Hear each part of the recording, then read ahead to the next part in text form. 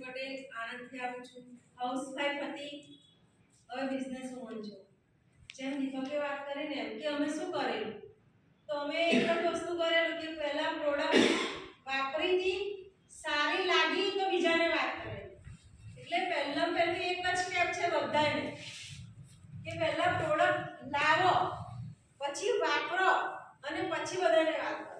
કારણ કે તમે એમને વાત કરવા જશો ને તો એ વિશ્વાસ આંખમાં નહીં હોય કે તમે વાપરી હશે ને, તમે એ વિશ્વાસ હશે ને એટલો નહીં વાપરેલી હોય ને એટલો વિશ્વાસ નહીં હોય. જો તમે એક પ્રશ્ન પૂછશે ને તો તમે કે ફેફર થઈ જશો, બરોબર? તો તમારો કોઈ વિશ્વાસ નહીં કરે. એટલે પહેલા તમે પ્રોડક્ટ યુઝ કરો અને પછી બધાને વાત કરો, બરોબર?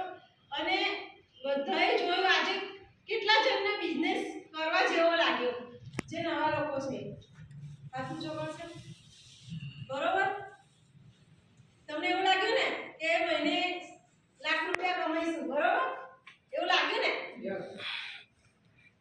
એમને નહીં કમાવે, કામ કરવું પડશે, બરોબર?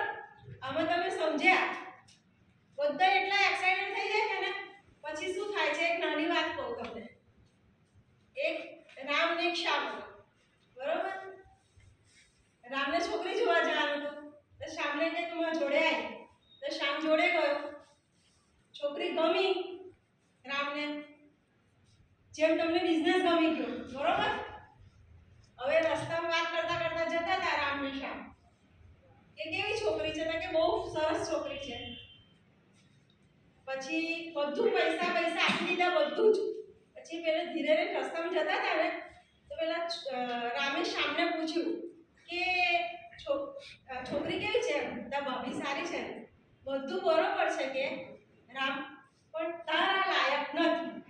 એટલે હવે તમે બહાર કોકને પૂછશો ને તો એવું જ કહેશે તમે બિઝનેસ જોયેલો છે. તમે જેને પૂછ્યું છે એને બિઝનેસ નહીં જોયો, બરોબર? તો એવું કહેશે કે ભાઈ આ આપણાથી ના થાય, એટલે એને તો ખબર જ નથી, બરોબર? વર્ષ વીતી ગયું. પછી શ્યામ રામને ત્યાં ગયો,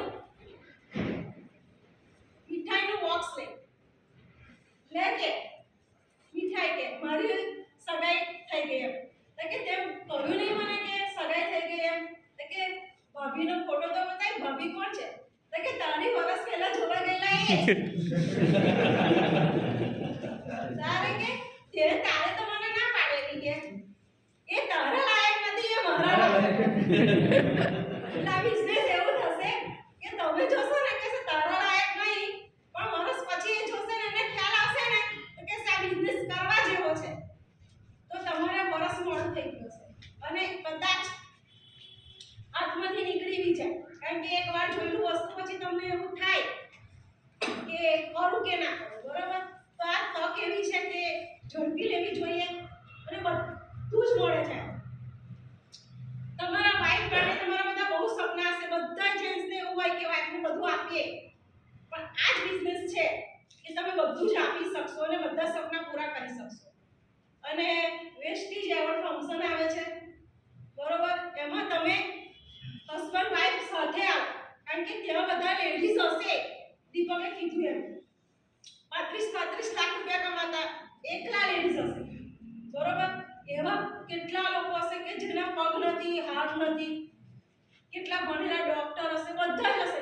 તો એ લોકો જોશે ને તો એક સપનું ઊભું થશે ને તમને કામ કરવા માટે મદદ કરશે, બરોબર? તો તમે કપલમાં આવજો, અમારું ઇન્વિટેશન છે.